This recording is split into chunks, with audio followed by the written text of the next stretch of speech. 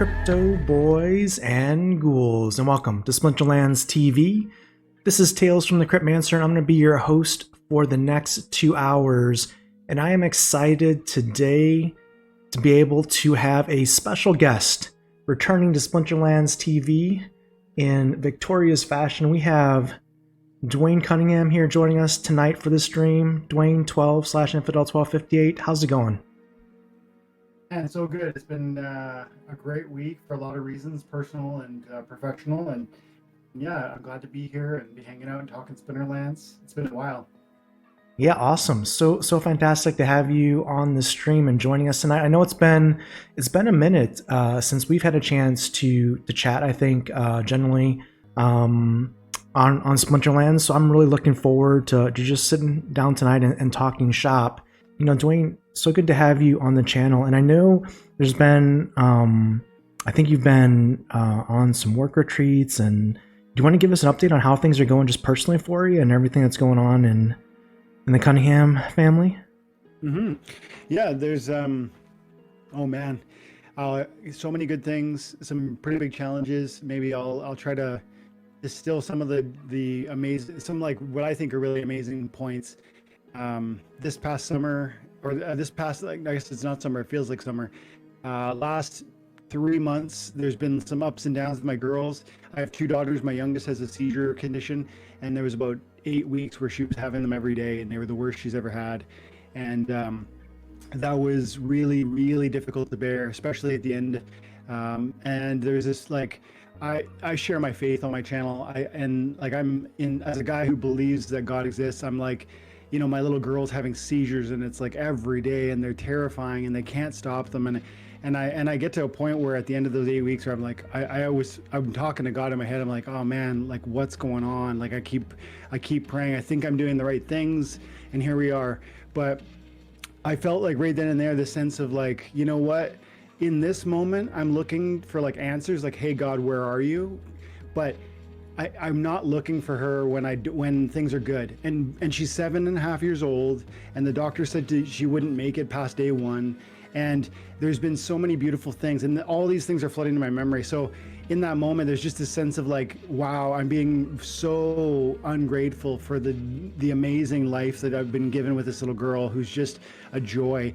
And the very next day, which is about 2 months ago now, no seizures, and like she's been on like a 2-month streak that's just really, really amazing and miraculous. And so, I mean, she still has seizures. It's not like it's not like she's perfectly fixed now or something like that. But man, that was a really big turning point for just even my heart of like gratitude for the fact that my little girl is here. And yeah, they said that she died the day we met her, but here she is. And then my other girl is great in so many ways and teaching me these amazing lessons lately.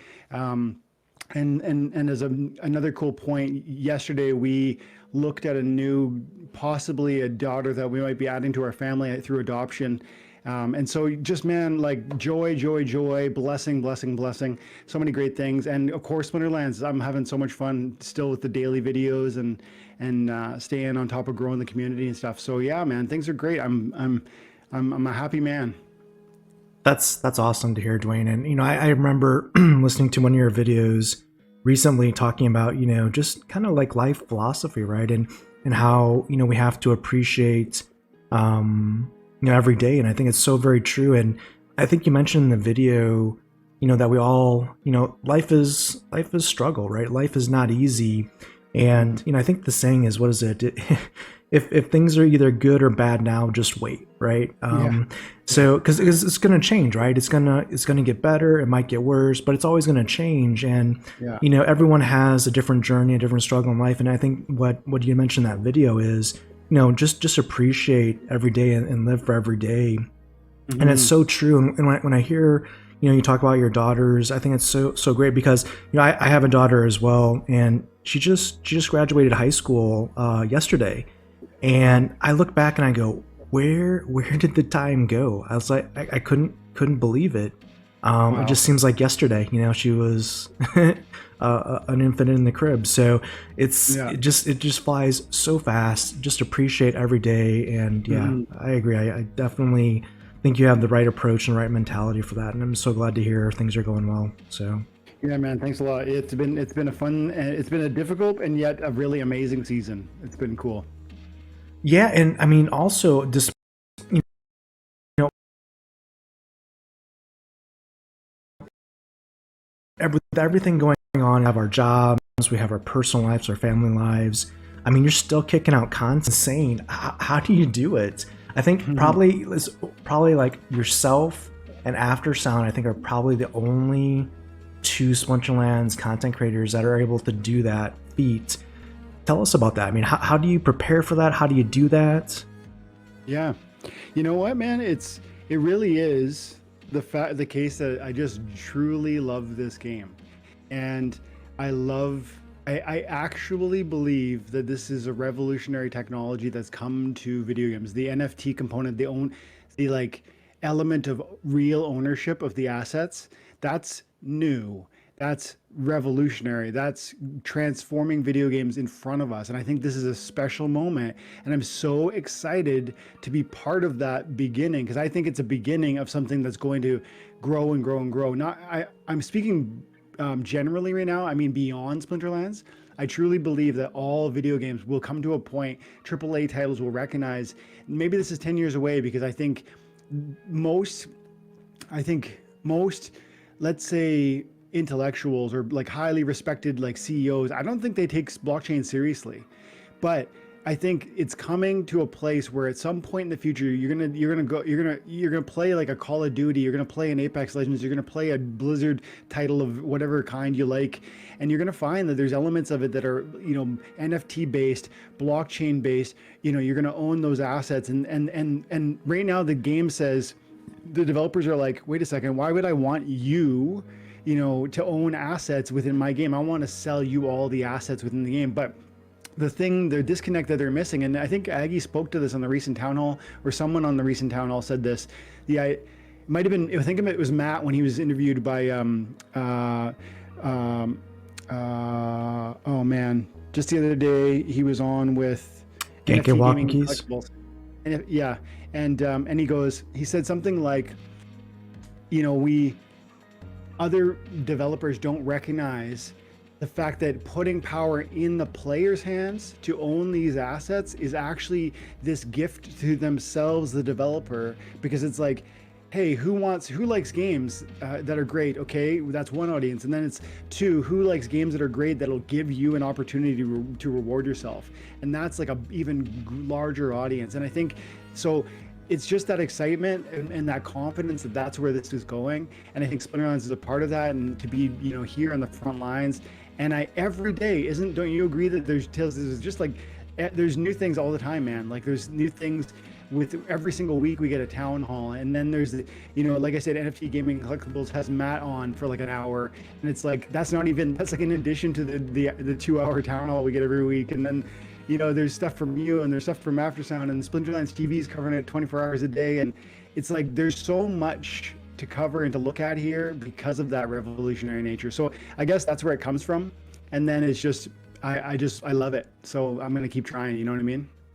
Yeah, I mean, I very much agree and definitely appreciate the work that you do from the content creation side. I mean, I create content as well, and I know how much time and effort it goes into planning, editing, publishing, all that stuff. And so it's awesome that you're out there, doing the good work for the community. And I can't probably consume enough Splinterlands content.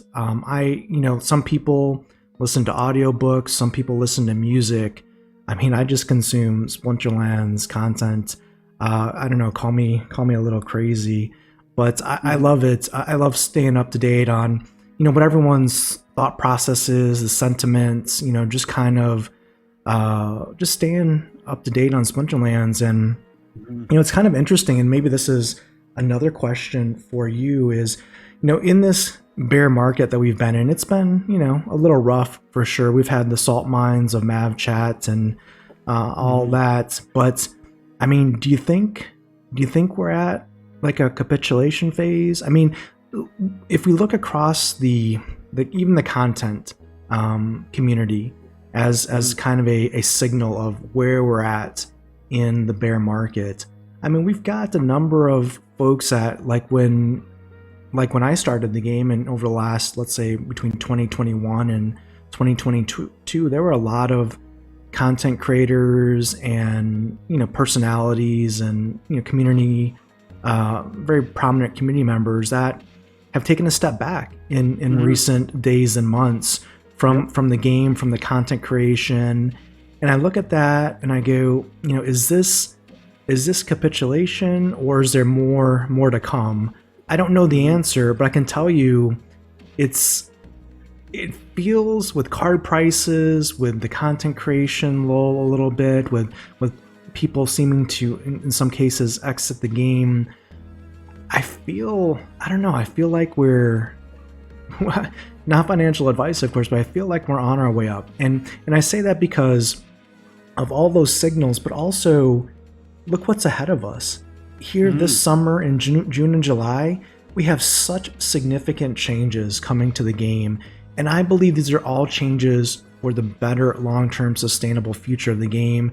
These things include the SPS stake requirements replacing CP. They of course include LAN 1.5.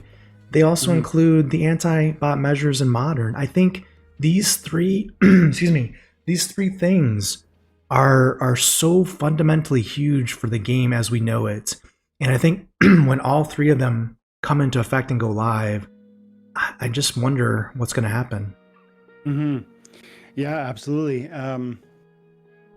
Yeah, LAN 1.5, massive changes there. Like there's almost, we probably could talk for 2 hours about just LAN 1.5 and what that means for, DEC, what it means for card prices, what that would translate to, because there's interconnected nature to those, sort of the tokenomic side, to the economy side, and then into the player side. Because if there's a bull run, let's start here. If there's a shock in supply due to demand created by land, then there's presumably a bull cycle of some nature where prices appreciate because of the lack of supply.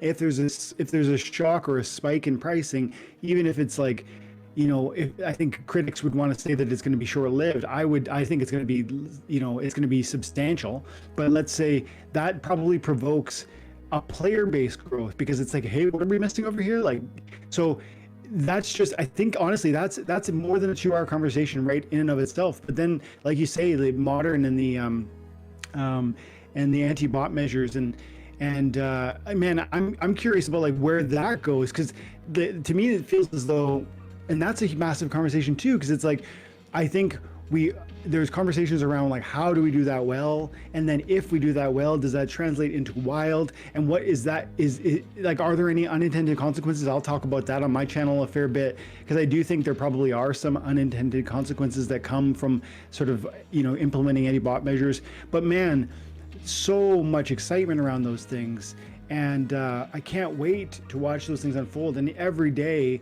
I feel like I'm even learning a little more about it. And like, what was the recent proposal? There was the one that I think failed. We just got 64% or something like that. The market fees, or the DAO. Fees. Yeah, like stuff like that. That felt like an anti-bot measure to me, and I'd love to hear your take on this, because I've heard you, over the last year or so, I've heard you be one of the people, the voices that really speaks about what the bots are doing, and even like their accumulation of SPS and card assets, and that to me felt like, I don't see all angles on this one, but that the market fee failure of that proposal in some sense feels as though people didn't, like certain loud voices who maybe are running bot farms, didn't want to see that sort of how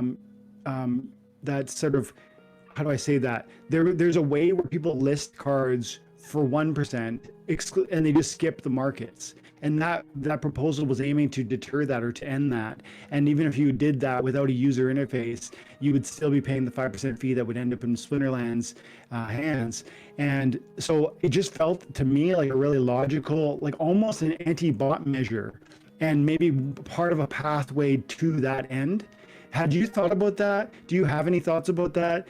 And do you think maybe we will revisit that proposal? Because I heard Matt saying in that NFT Gaming and Collectible live, maybe it'll come back around, just revised in some capacity. Any thoughts on that?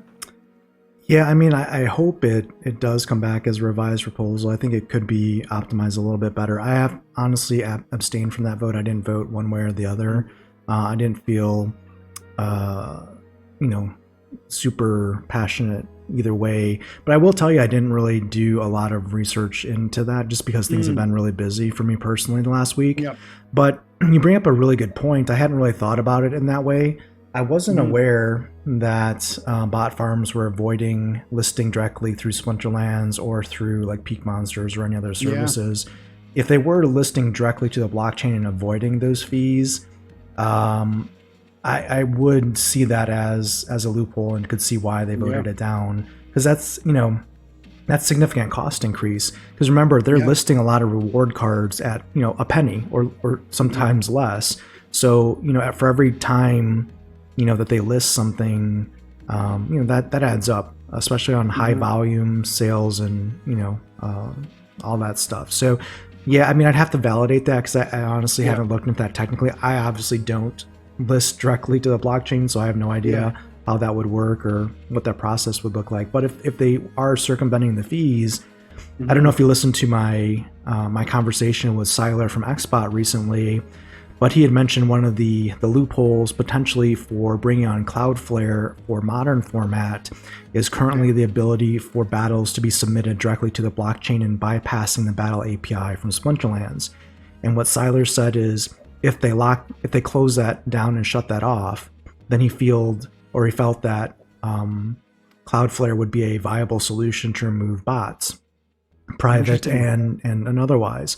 But he said if they don't close that loophole of submitting directly to the blockchain, then, you know, it would just be, you know, pointless because the private bots would just continue to submit to the blockchain and it would just avoid any endpoints from the battle API.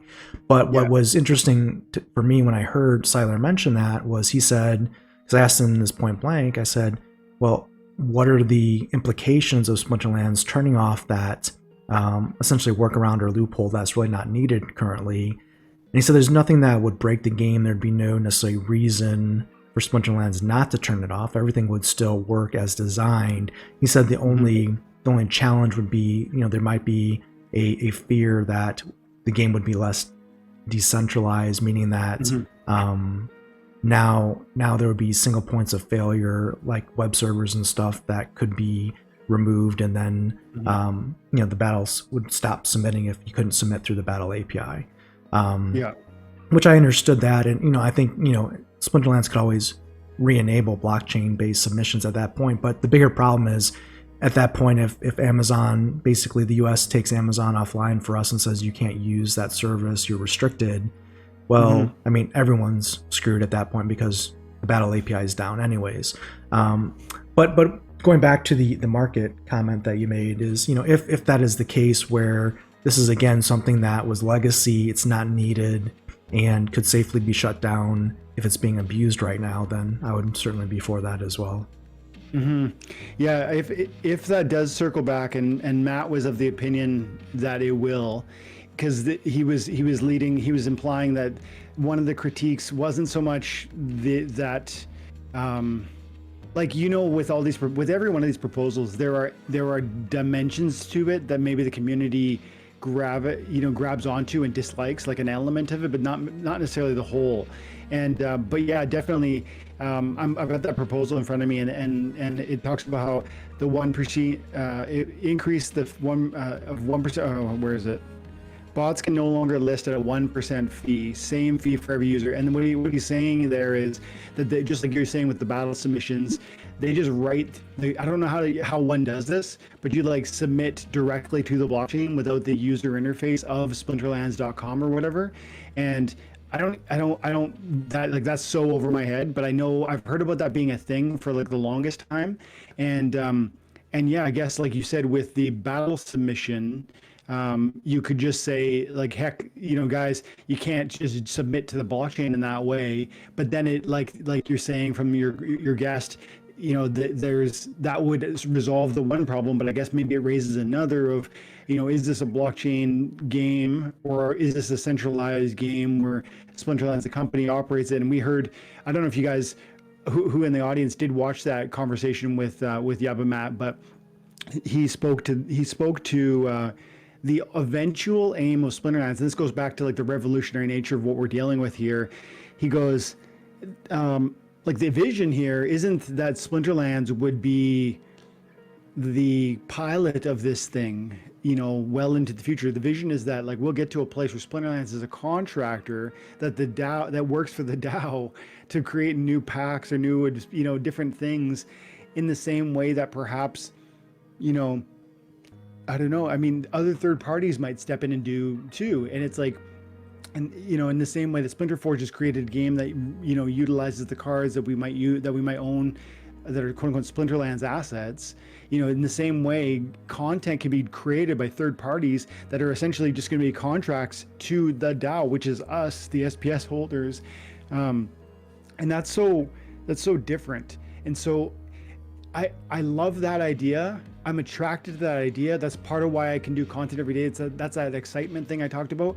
But then I hold that with one hand and I try and hold on with the other hand to this idea of, you know, the centralized authority and fixing some of these problems, like we talked about the bots and the listing directly on, or submitting to the API for the battles, or you know, a lot of other things too. Just tricks and problems that arise. Like you kind of want a central authority, but you kind of also want this totally different model where Splinterlands isn't even the company. It's literally just a contributor to what we enjoy. That's so different, and I don't know how to reconcile those two, let's say, worlds. But I think that's part of the conversation for how we get where we want to get. You know what I mean? It's like there isn't easy answers to some of these things. We're going to stumble and fall a few times, but I think it's pretty neat watching it all unfold. Yeah, I agree. I think what we're experiencing here in real time, we're actually living it, is we're kind of building the plane as it's flying. But what we're doing in a lot of cases is innovating. We're truly, you know, going where no one's gone before in some cases, because the team is really leading the charge in some of these areas. And I think many in the Web3 and perhaps Web2, as it comes up and starts to adopt some of these changes, we'll look at Splinterlands as kind of a use case on, you know, in some cases what to do and what to avoid. And I think the benefit that we have with the DAO and the SPS token is, you know, we can iterate on this. We may not get everything right initially, for example, with this market listing fee, or maybe even with the Cloudflare proposal, but over time, the goal is to propose change, implement change, monitor the change, and then adapt as necessary to ultimately get a better product and get to a better state. And as long as we can do this without fundamentally breaking the game in the process, it should be, you know, overall a very innovative and unique product at the end of the day. So, and I think what Matt has said on numerous occasions is, they're not going to get everything right the first time, right? They're human, we're human, but as long as we have the processes in place to, you know, monitor things, make changes, make adjustments, you know, we should get to a better state and to where we want to be at the end of the day. So that's what I find exciting. And to your point, you know, this is worth covering. This is worth documenting. You know, the videos that you're putting out on YouTube and, you know, the streams that you're hosting and stuff, these are going to be points in time. Like if you watch Gold Matters on Twitter and in some of his videos, he'll bring up clips and content and screenshots from 3 years ago, 4 years ago, and you just kind of scratch your head and go, wow, that's crazy. And you know, I think content that you produce, that others produce, like Aftersound, etc., you know, this is going to be the content that's kind of go back in the archives to say, wow, that was amazing. Can you imagine that? And we're gonna look back on that, and we're gonna have really kind of like a historic library from a point in time to just kind of trace back through and look at. So I really think that's going to be interesting, you know, years from now as we go back and see some of these videos that we've created. You know, were we right? Were we completely insane and off base, or you know, how accurate were we in some cases? So yeah, absolutely. That's the fun. That's the thing. And of course, we are as you alluded to, like we don't know where it's leading exactly, but we have those of us who are still here, and those of us who are, still creating content, still playing the game daily. And I feel like I said this like on my channel 2 years ago, like when that bull market was really like in earnest. I talked repeatedly about how in like 1 or 2 years, some of you aren't going to be here, and you're gonna just stop playing the game, and you're gonna say to yourself like these rewards are trivial and inconsequential, and crypto is dying and Bitcoin is dead, and there's just different narratives that are bear market narratives that people are choosing to even now accept. And maybe some people watching right now are on the border of accepting. Like they've thought like, oh man, my crypto bags have fallen, again this week or whatever. And you think to yourself like, okay, enough's enough. Like, I don't know when this thing's going to end. All of that to me is just so natural, from just like, it's like as natural as breathing, because this market is just absolutely so difficult to bear. Like it's difficult to watch. It's difficult to endure because, because it's so volatile. But at the same time, to me, it's like during the bull market, my thesis was this is revolutionary and it's entertaining, and that's a recipe that can lead to great multiplications in the future.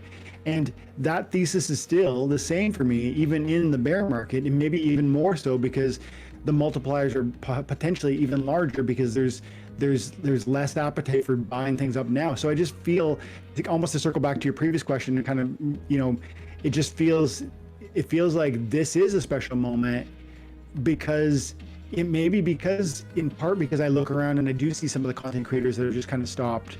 I do know some of the people who have just stopped playing, who sold their assets, and then I read some of the comments on my channel, and often it is so negative. It's like, it's just even the SPS stake, and it's like, the voice is, I can't be expected to buy another thing, and this SPS staking mandatory requirements and whatnot is just too much, bridge too far. And I think to myself, this is indicative of, maybe it's the bottom of the bear. Maybe there's, light at the end of the tunnel as we read some of that stuff. And you have to take that with that optimism with a big grain of salt, because I'm not really basing that on any sort of fundamental consideration. I'm just looking around and being like, I'm noticing how many people are kind of losing their heads right now. And you mentioned Gold Matters, and he's like the opposite of that, and that's kind of fun. I love that guy. And he gave you the shout out too. You go on Twitter today, I saw you drop that only 0.9% of all Rooney are listed, which is a wild thing. Absolutely crazy. Maybe we could talk about that. But then just Gold Matters and his bullishness. I love this. He goes, in response to that, he goes, you go, this is Tails on Twitter. He goes, yes, you are reading that correctly. There are only 30 Rooney available for sale currently. 30 out of like 3,500. With land 1.5 on the horizon, do you have a Rooney strategy? And Gold Matters goes, I do have a strategy. It goes like this: buy as many Rooney as I can possibly afford, period. Then buy as many Rooney as I cannot afford, period. Then buy even more Rooney. And he's a funny guy, man. And he's super OG. And I feel like it's going to take guys like that who just have a joy in this, because I think that's the key. And I said 2 years ago, like, to those people who I was saying you might not be here when the bear market really takes effect, I was meaning that you have to enjoy the process, or you won't survive the process. And to me, the process of daily play, checking my rewards, playing the market, all of that's so entertaining. And Rooney's part of that. It's like, I can't believe only 30 are for sale. Isn't that crazy? Yeah, I thought that was an error when I saw that. I didn't, because there used to be so many listed, and I don't know where they all went, to be honest with you. I don't know if OpenSea timed out the listings and they all cleared and they have to be relisted manually. I really don't know. But when I saw that data, there's literally like 30 or less Rooney available to purchase in the universe right now, because the only place you can purchase them is OpenSea, unless you do direct peer-to-peer trading like on Discord, which is a little dangerous, right? So, land is, and I was serious in my comment, because land 1.5, when you can actually use Rooney on land, when it has utility, is going to be here, let's say July timeframe, to be conservative. So that's, it's almost June. So it's almost like 4 to 8 weeks away. Let's say 5 to 8 weeks away, maybe. That's not a long time. And if right now before land, we're already at a point where Rooney is this scarce when it doesn't have utility, can you imagine once land goes live? Is there any Rooney that's not either on land or used in game at that point? Is there any Rooney that's going to be available for sale on OpenSea?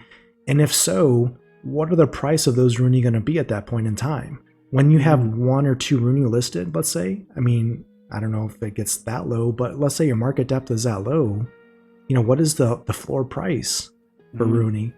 I don't know. I mean, I just find it kind of amazing because we're not even to the point of max demand or utility, and it's already that low of market depth. So, and that's it's actually down to 28 listings now, and that's the sort of depth that when you look at peak monsters and you see some of the cards, like maybe it's mostly alphas and betas, but it's also some of the old reward cards. You find similar sort of rarity, and you think to yourself, people say, this is the conversation I feel like I have all the time. It's like the old cards, they have no value, they have no usefulness. I don't need them. I play in modern, and new cards give the same abilities and the same functionality.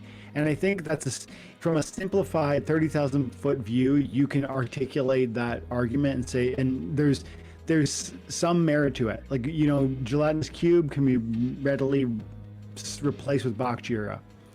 But the idea that even those cards, which are similar, are the same is not true. Like, I mean, they're substantively different. Scavenge on the cube is substantively different than Bach Jira, which doesn't have that. Bach Jira being legendary changes which rule sets you can play it in. Cube being common, again, different rule sets and availability. Cube's neutral, Bach Jira's water, and that's one of the examples that people will think of when they come to kind of the old cards are being replaced in substantial ways where I don't need the old cards. That's one of those examples that I see people use. But even that good example is actually kind of obviously broken when you put it under any scrutiny. And that doesn't mean that they're totally wrong, in the sense that, like, new cards will provide utility and functionality that might mean you don't quote unquote need the certain old cards. That part is true. But the suggestion there that from that point to the next point, which is often made, this jump is often made, that okay, therefore old cards are useless or not needed or superfluous or whatever. That's a big leap into a territory I don't agree with. And I think if we unpack that conversation, you start to really get at the core of the value proposition for Splinterlands, because old cards have value, they have utility. Land is one example of how that utility is being honored yet again. Collection power for the longest time was part of how they were being honored yet again. Alpha beta tournaments are part of how they're honored.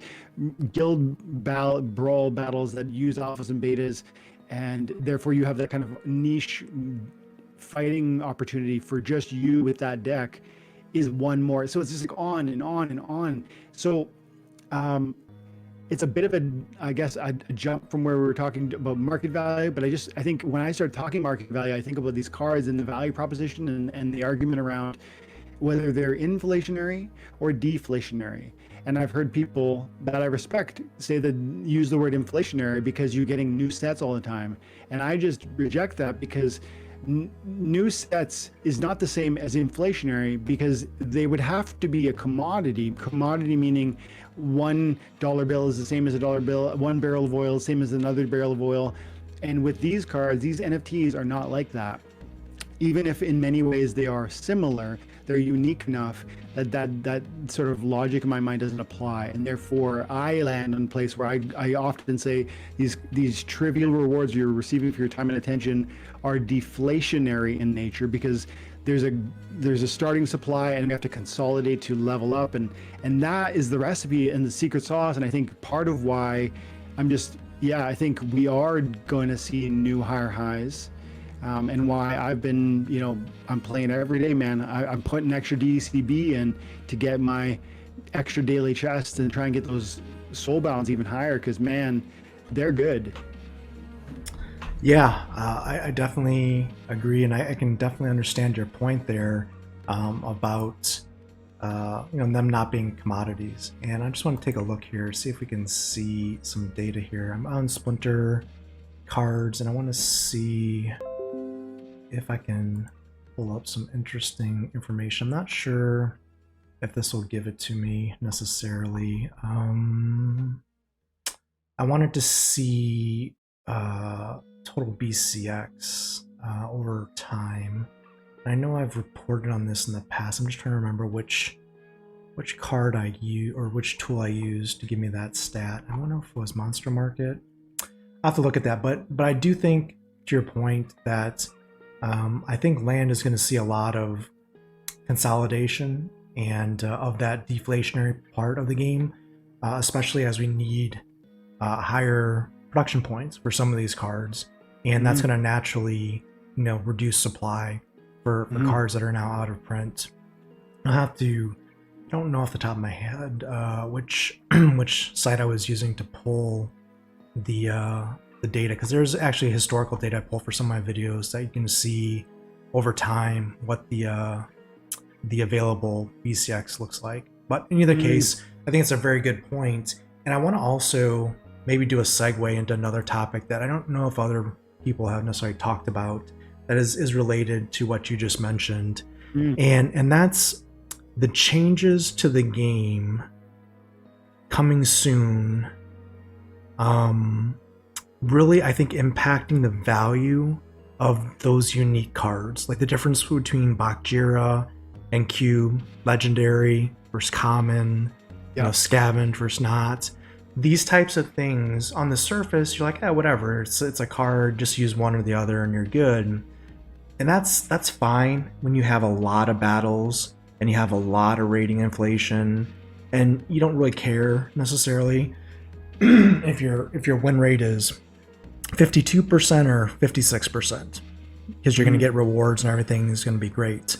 But I would show you some data that I think is only going to get amplified, or I guess you could say even worse here, very shortly. As we talked about some of those changes coming to the game with SPS staking rewards, with anti-bot measures, with land consuming a lot of cards, and potentially people taking cards out of their playing deck and putting it on land, as an example.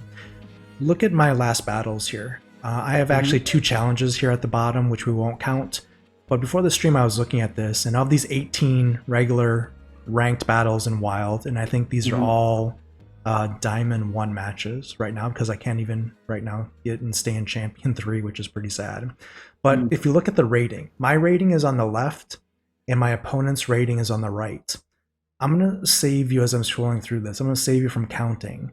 But of the 18 last ranked matches that I fought, I've only fought 3 opponents that had a higher rating than myself. And that is very important, because as you know, the way rating works is if you lose a match to someone with a lower rating than you get super penalized. And if you win a match against someone with a lower rating than you don't really get bumped up a lot. You get minimal, like 5 or 10 rating points. But the problem is like, I'm only in Diamond 1. I'm not even in Champion. And I can't even battle. Like, look at this. I'm a 3594 rating. I'm battling someone with a 2997 rating, a 2969 rating. Luckily, I won both those matches. Had I lost those, my rating would have tanked. And the reason where I'm going with this, Dwayne, is, and I mentioned on last week's Splinterlands TV, I did a segment on this. One of the challenges we're going to see as more and more bots, exit maybe Modern, or the number of daily accounts go down with some of these changes with either staked SPS or Cloudflare or what have you, you know, matchmaking is going to become a little bit more challenging, especially at the higher leagues. And it's not necessarily about the waiting times or queues necessarily being the challenge. It's really going to be the challenge of, can you even find someone with a rating higher than you to get a match against and then win that match? And it's going to be so important to win that match. Like if I'm going against here, like I think I fought, let me find, like I fought Lorcas here.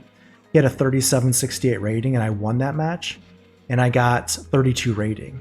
But you know, I want to win that match every time against someone with a higher rating because then I get to go higher in the rating. But if you look at what match that I lost, I had a lower rating. Like this is only a 200 lower rating than me, Russia BTC, and I lost that match. I lost 32 rating from that match.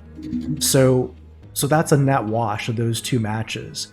And if it, like I lost this match here, the difference in spread was 400 rating. I lost 36 rating. So where I'm going with this is those cards are not commodities because, for example, in this case, I did, surprise, surprise, use a cube in this match. And, you know, if, for example, this was Rise of the Commons and it was water and I wasn't in wild and I didn't have a cube, Baktir is not an option for me. So having cards that are unique and bring value, having that deep collection that's going to give you an advantage, I think is going to be more and more valuable here moving forward. Just because the wins are going to be so meaningful in ranked battles moving forward, because you don't have the cards, you can't put the team that you want to put together. You have a high likelihood that you're not going to win that match if the other person does have those cards and you don't. 100%. Yeah, there's I think you're saying a lot of important things. I agree that as we look at anti-bot measures and, you know, exploring options for how we, you know, I guess just change our battle experience, and even setting aside how we change the battle experience, but then how through the bear market, the number of accounts participating has gone lower. We're now, according to data, around 55,000 daily active accounts the last few days. And maybe we'll take up to 75 and range in there because that's what's been happening for the last month. But that's a far cry from the 400,000 or 500,000 we had. But was, as you would have maybe pointed out back then, probably most of those were just bronze bots. We never really had that data like fully. We just had to speculate a little. So did we truly lose players, or do we really just see a consolidation? I don't know. But I do think that kind of, if that's a problem, that problem isn't yet done, because there's the implication you touched on around matchmaking and finding a quality match that's within your kind of close to your rank, so that you're having a reasonable and entertaining time at finding decent matches. Not he's for me, let's see, the other day I was playing, I wonder what my battle history is like today. My last three, my last battle, I'm almost 4,000. My opponent had 43, almost 4,300. My opponent before that, I'm at 4,000. He has 3,500. So we're going, that's a 750 point swing between my last two opponents, and I'm sitting right at 4,000. I mean, your point is so true. It's like, it's really hard to beat those people who are way above you. And then also, when you occasionally lose to those people way below you, it's so frustrating. You really can't afford to lose to either of them. You need to beat everybody, the guy who's way above you and the guy who's way below you. And it leaves very little wiggle room, doesn't it? Yeah, it definitely does. And I think it's going to get more pronounced here over time. And I did talk also in last week's Splinterlands TV segment. I do feel with some of these changes, especially perhaps in modern, that we may be asking for the team to provide match liquidity moving forward. Yeah. And similar to how they do in Novice with Novice bots for new players. I don't know how that's going to work, how long it would take to develop that. I mean, they obviously have it already developed. They would just have to put the ghost cards in for these non-earning accounts and make them available in higher leagues. Yeah. But that would be a pretty substantial change for the game when now you have the chance of drawing with a wait time, possibly a bot that might be easier to beat than a human in the same league. I don't know what that does for the game necessarily. I think it might be something that'll be a reality sooner than later, because I don't think people in Champ, for example, want to wait 3 minutes for a match to time out every time, because then they're just not going to be able to play the game at a certain point. So it's going to be interesting to see how that works itself out. Again, building the plane while it's flying, so to speak. I mean, we're having to adjust to these things, in real time. And when I say we, I mean the team is. Yeah. But these are things that, again, I think having the foresight to see what's on the horizon as a player, discussing these as a community, gets us prepared for what's coming. Like I can tell you, and we talked about this on yesterday's Splinterlands TV stream that I had. I talked about my strategy for this season with my alt accounts. I've been farming Soulbound reward cards. I made the conscious choice because I feel that, Modern will have Cloudflare implemented, and Archmage and Xbot will stop working in Modern sooner rather than later. I needed to make a decision on when I'm going to move over to Wild. And this season, I moved all my Archmage accounts to farm in Wild, and they started in Novice. They went from Diamond accounts to Novice accounts. And basically, I'm writing this, like if this was a tax lesson, this would be me writing off losses. Basically, I'm writing this season off as a complete loss because I'm burning energy. I can't burn ECR down to 0 and run a ton of matches. I only have 24 in a day to run. And Archmage in Novice and Bronze is like a 40% win rate with a full deck right now. It's crazy. So it's 7 days left in the season. It's half the season's gone, and my accounts that were in Diamond last season with really good decks are in Silver at best right now. And I have no chests because they're still earning Diamond chests, and they're obviously in Silver, so not earning any R share. So I've got no end of season rewards. I've got no daily rewards because in Modern they're still either at Gold or Diamond depending on what where they went down to at the end of season. So yeah, I mean, it's going to be a loss for me this season, but moving forward, it should be hopefully okay. It's just when you have to make these transitions, you have to make it at some point, right? So I was thinking about moving to Modern a while back, and I'm still in Wild, and I'm getting high level rewards, and I am using my Xbot when I'm not able to play, and man, it's so powerful.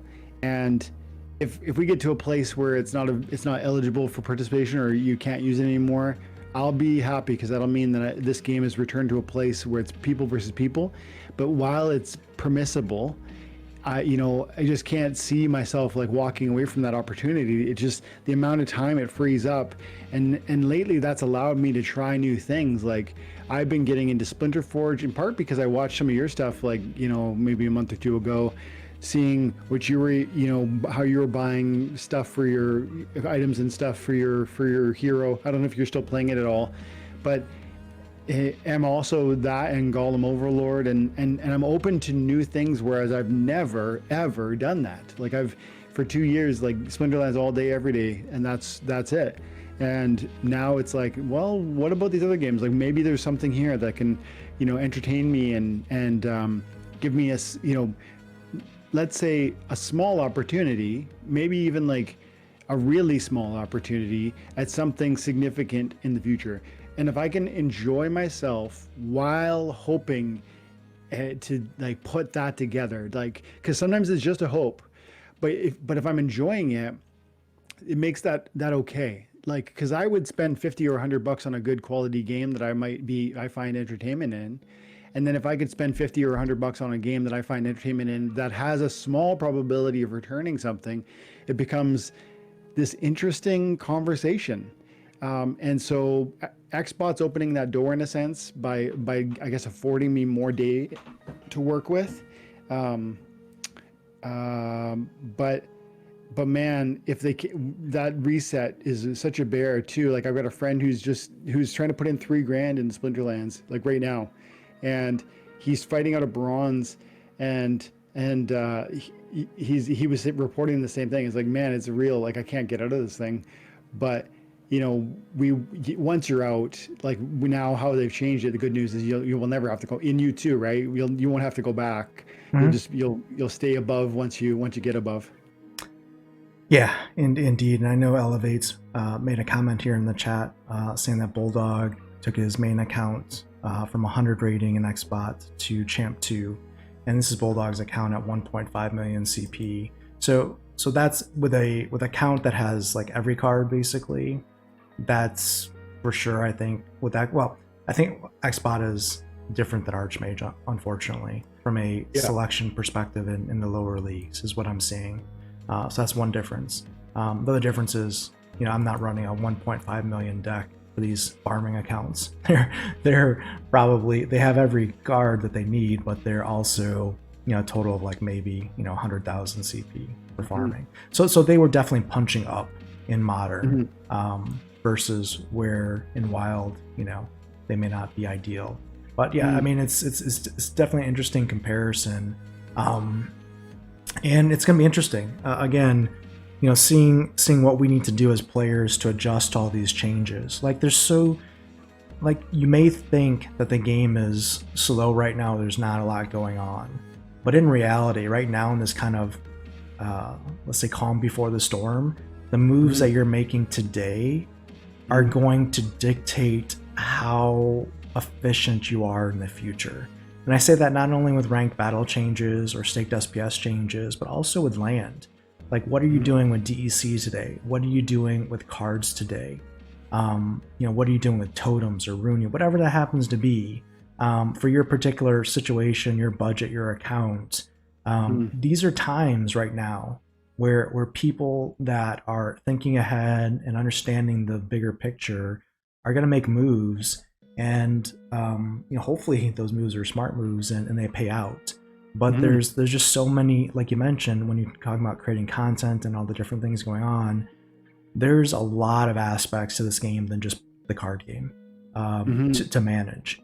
And yeah, I mean, going back to also to your point on the other games in the ecosystem on Hive, I mean, I think it's great that we have such smart people in the community like Yixin, like Rare Raptor and Rarely Here, that are creating games like Splinter Forge and Golem Overlord, and able to do that profitably and provide that as alternate solutions to the community. I mean, I think that's amazing. I can't really say I've been a part of any other community where community members created their own games and all these tools like, you know, Peak Monsters. I mean, look at all the tools that we've had just pop up in the ecosystem recently. I know Brave Tofu and Hawks have, I think it's Splinter Guides. I know you have a new partner on your channel, Splinter Coach. There's a lot of tools and stuff being developed by very smart people in the community to, you know, create helpers and other things for other aspects of the game, which is pretty amazing. I guess going back to your question, I think you asked about Splinter Forge and Golem Overlord. For me, I do like Splinter Forge. I just haven't had the time to play it recently because it is more time consuming to be on the leaderboard. You have to dedicate sessions of time to battle and do that stuff. They've made improvements for sure with favorites and other things to make battle submissions easier, but it still takes time. And I like the fact that you can play Splinter Forge, and I know Gathering the Magic does this, and it helps it to fund his card purchases in Splinterlands by playing that game, because he's able to get rewards and leaderboard stuff. And I think that's a great option. For me, the time it takes versus the rewards are such right now I can't justify it. I just don't have the time. That being said, I have all my assets in Splinter Forge, and I can always hop back into it if I find more time in my day. So I haven't sold anything there. But you know, when Splinter Forge was first launched, like first week in January, I think, of this year, I mean, the daily rewards were that you were able to pull was similar to Golden Overlord. It was like $50 a day on average, right? Wow. Is what you were generating. So it made sense to spend the time, to play, because $50 is significant on a daily basis. It's, if it only takes a little bit of time, that's a good dollar to time ratio. Same with Golem Overlord. When it first came out, you could clear, let's say, I don't know, 50 part a day, in part was like almost $2. It's like $100 a day. So yeah, obviously you would do it because it'd be worth your time. But I think what the lesson is for both of those games, Splinter Forge and Golem Overlord, is that if the game isn't necessarily complex or like a super developed game, you really need to have solid tokenomics in place to maintain, I guess, the game's viability. And I think Golem Overlord has definitely tried to combat that by, basically having you reinvest everything back into the game, but then it's not really a game anymore. So I guess the takeaway is these are great concepts. We'll see how they evolve over time. But to date, both of those games have not necessarily been sustainable past their initial launch. Let's say the highs of their initial launch have definitely come down from there, and it's because the nature of the game has always been essentially to extract value and not to play the game itself. So I think there has to be a balance, and that's where Matt had his recent thoughts on Peak D, where he announced on his private account, kind of where his mind was. There has to be a balance between successful and sustainable tokenomics in a game, as well as engaging gameplay.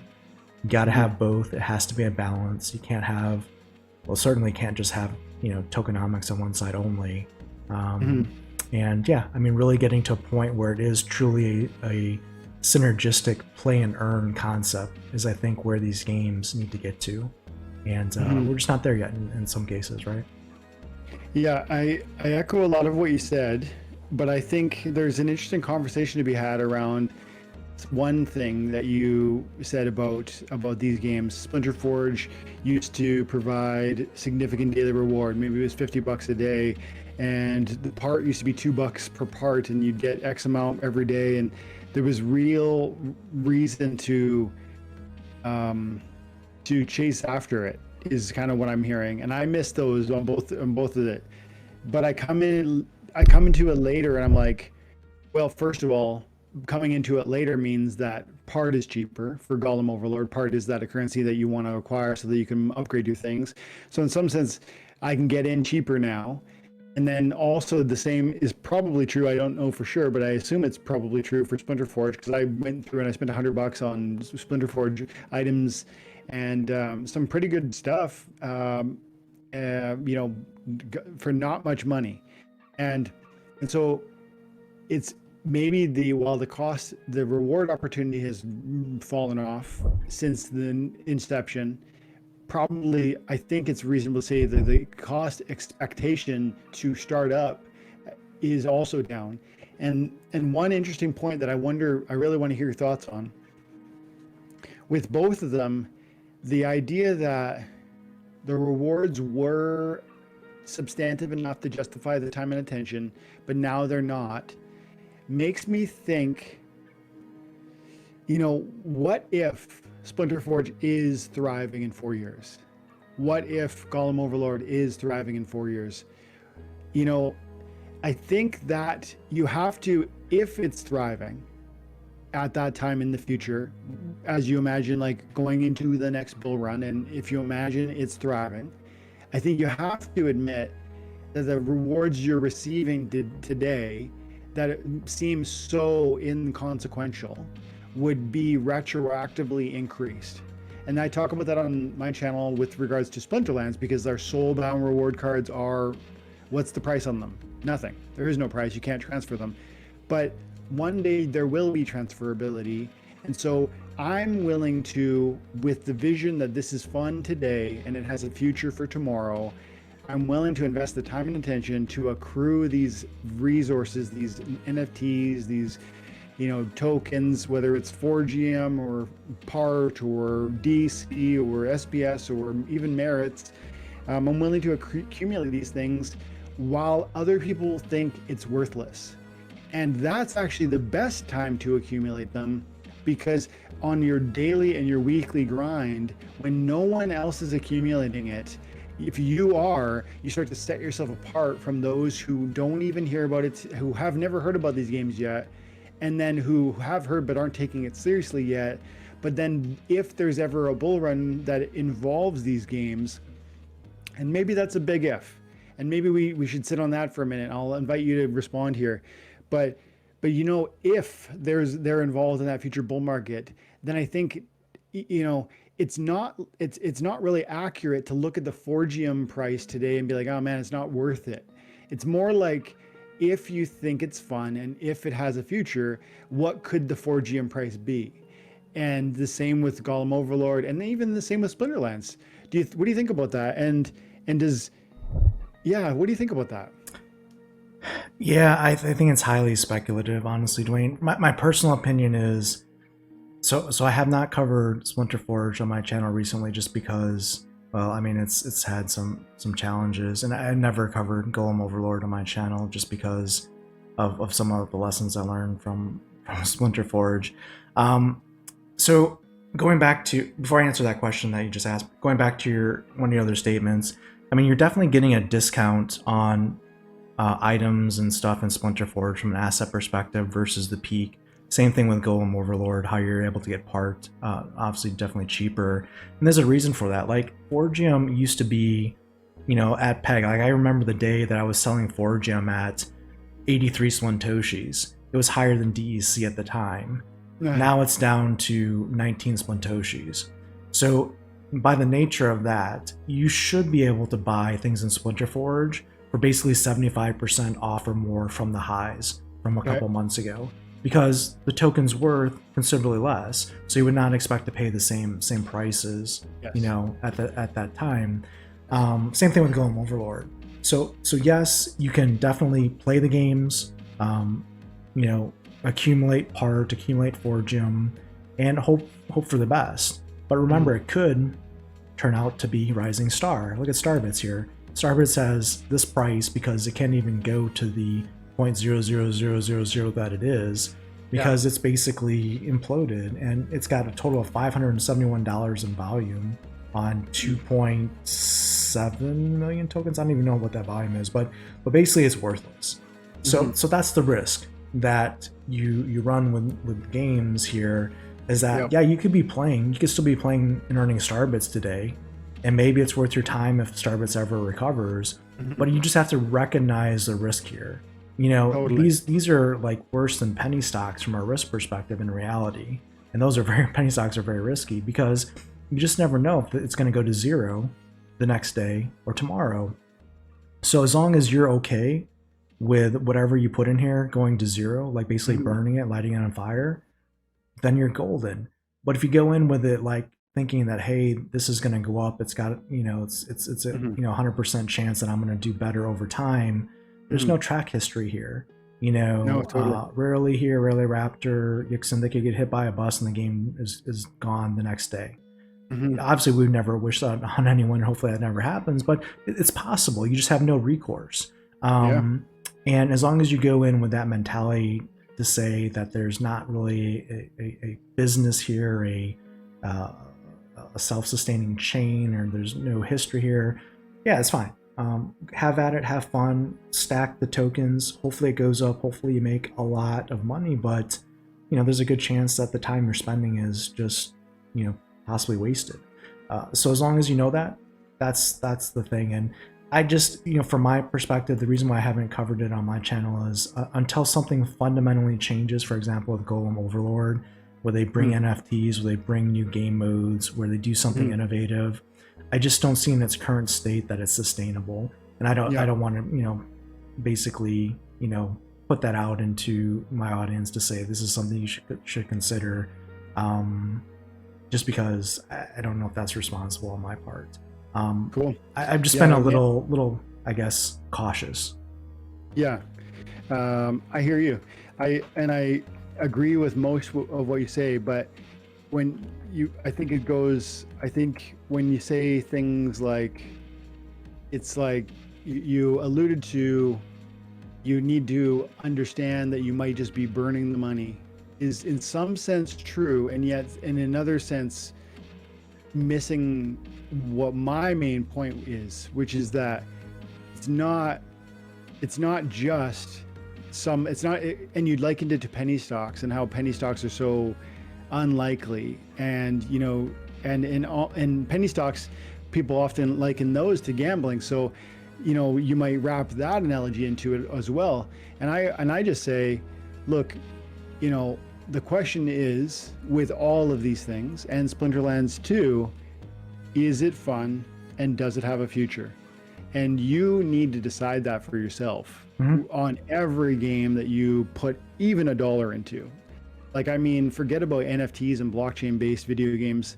When you buy Call of Duty 27, you have to decide, is it fun? And does it have a future? Because future in that context means, like, are they going to run servers for a while? And am I going to actually enjoy the multiplayer experience?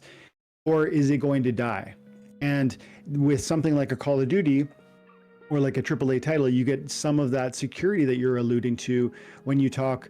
You didn't exactly say Splinterlands offers that, but you know, I think maybe it would be your opinion, and I don't want to put words in your mouth, but kind of Splinterlands at least offers more of that sort of history and that security, whereas these other ones don't. And that's, right. I totally get that. Yep. And I actually agree with you there. But then it's like, that doesn't necessarily mean that the conversation just ends with, therefore, too risky, won't touch it. It's like, okay, is it entertaining at all? Yeah, that's the deciding factor for me. Is for me, Golem Overlord is not a game. It's not fun. It's not something that I would choose to do if there weren't some type of token rewards on it. Splinterlands is, like, I would play Splinterlands. Like, on this stream, like, if we can get some challenges in and play Splinterlands, that would be great, because I would enjoy that and that would be fun. And that's the difference for me. That's why I talk about Splinterlands on my channel, because it is a game. We always have that. And even if the tokens, like SPS goes to 0, I still have my NFTs. I still have the game. I can still play, and I'm good. Golem Overlord, I don't see that. Like, going into the game and clicking a button 3 times a day. Yeah. The game is not a game to me. And maybe it's a game to some people. It's just not to me. So yeah. I mean, that's a great way to, like, wrap it, because it's, again, if you say that anything is not fun, you shouldn't put $1 into it, let alone hundreds of dollars. But yeah, it's like, I'm just saying that I find entertainment in these sorts of games, and I'm willing to say to myself, like, what, and then kind of bring it back full circle for your comments, like, maybe I am burning that money, but I've chosen a certain allotment that I'm okay with risking. And I think I just know, I've been here with Splinterlands covering this thing when people thought this was a joke too. And it's like, I don't know, man, I'm done writing them off. And when I say I'm investing my time and attention with Splinterlands to receive trivial rewards, which most people even today think are worthless, Soulbound reward cards are part of that. Maybe we could move over to that conversation, because people think Soulbound reward cards are useless or worthless, I mean. And I totally disagree. I think these rewards don't have a value that you could properly articulate today, and therefore their price is either 0 or lower than it, in my mind, should be. And I might be wrong about that, but that's kind of my confidence with all of these, with this space generally. And that doesn't mean I have like a 10 out of 10 confidence with each of these titles. It just means that I'm walking in a degree of confidence, and I'm willing to entertain a certain amount of I have a certain appetite for risk. And everybody who's looking at any of these games needs to have that analysis happening. Even Splinterlands has been here for 5 years. I think it's almost exactly 5 years now. You have to have these conversations. Is it fun? Does it have a future? Some people say it's not fun. Some people say it doesn't have a future. They should sell their assets, right? These are conversations that one needs to look at during, at every stage, really, bear market, bull market, because, man, we get caught up in narrative of, hey, things are terrible and they're never going to get better, or we'll get caught up in things are amazing and they're never going to get bad again, because that's just how humans do. So, I mean, do you mind, like, what do you think about the Soulbounds? Like, do you think because I've heard I remember a few weeks ago you were talking about the Soulbounds, and I'd love to hear how that accumulation is going for you across those accounts. I know that you turned on the bots, I think originally, because you were eager to see those accumulate. Mm-hmm. Is that going well? Like, do you have any feedback? Maybe you've already covered this and your audience already knows, but I haven't heard your new thoughts on that. Like, are you seeing huge accumulations of these? How's that going? Yeah, that's another great question, Dwayne. So I really see the value in Soulbound reward cards in two ways. Not only for, well, actually three ways, technically. The first way is, it provides access to free land workers, basically.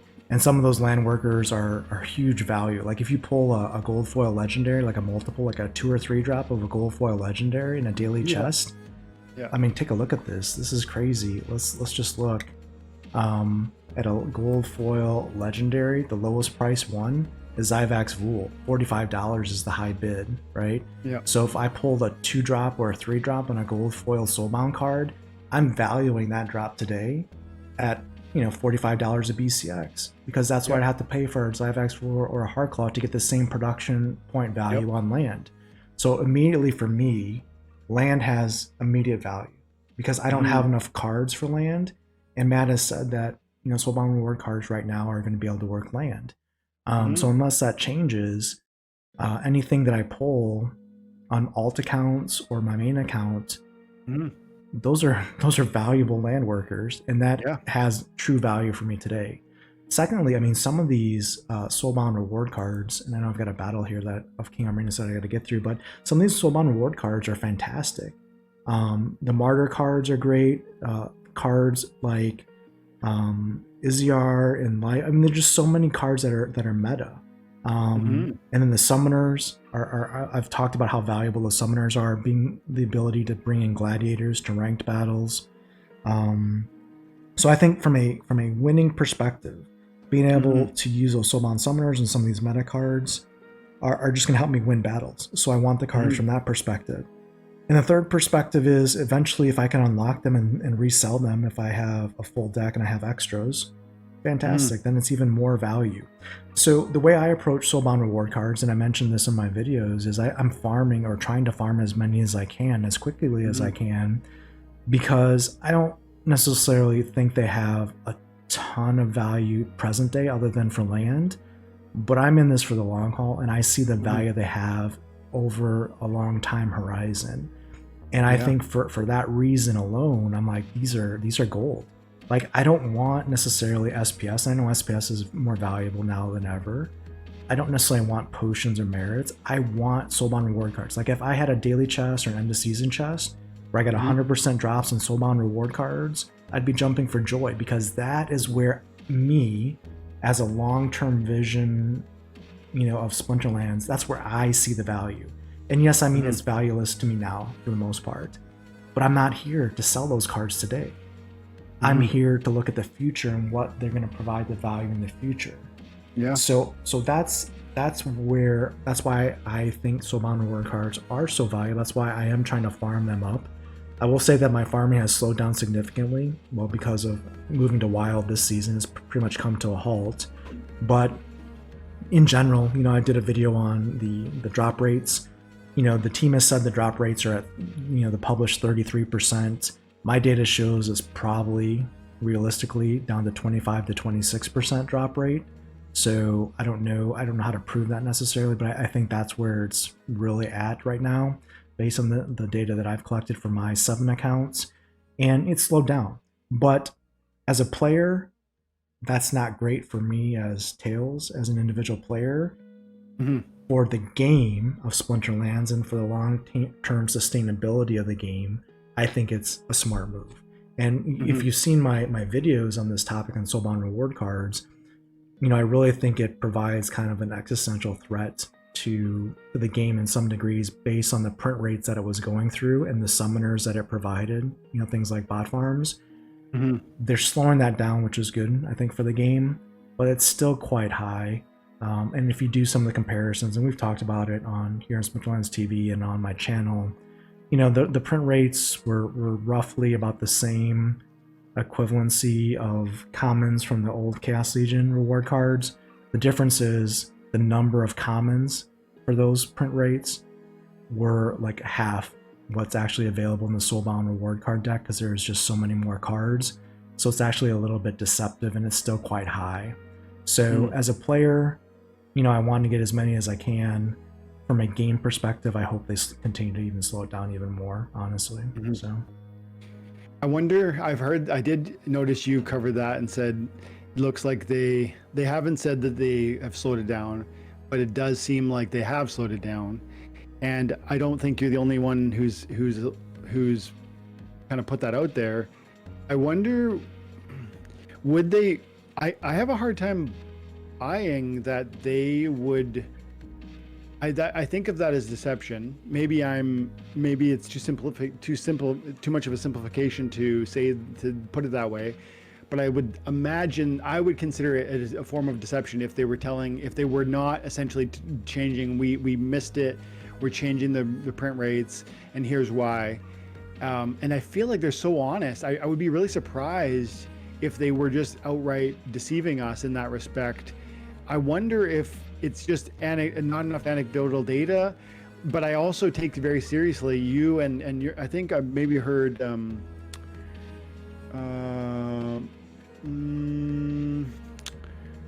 might be Gathering the Magic. I know other people have talked about this, and so I'm watching that, I'm paying attention to that, and I guess I'm also remembering that they said 1 or 2 years with respect to the Soulbounds and how long they'll be available.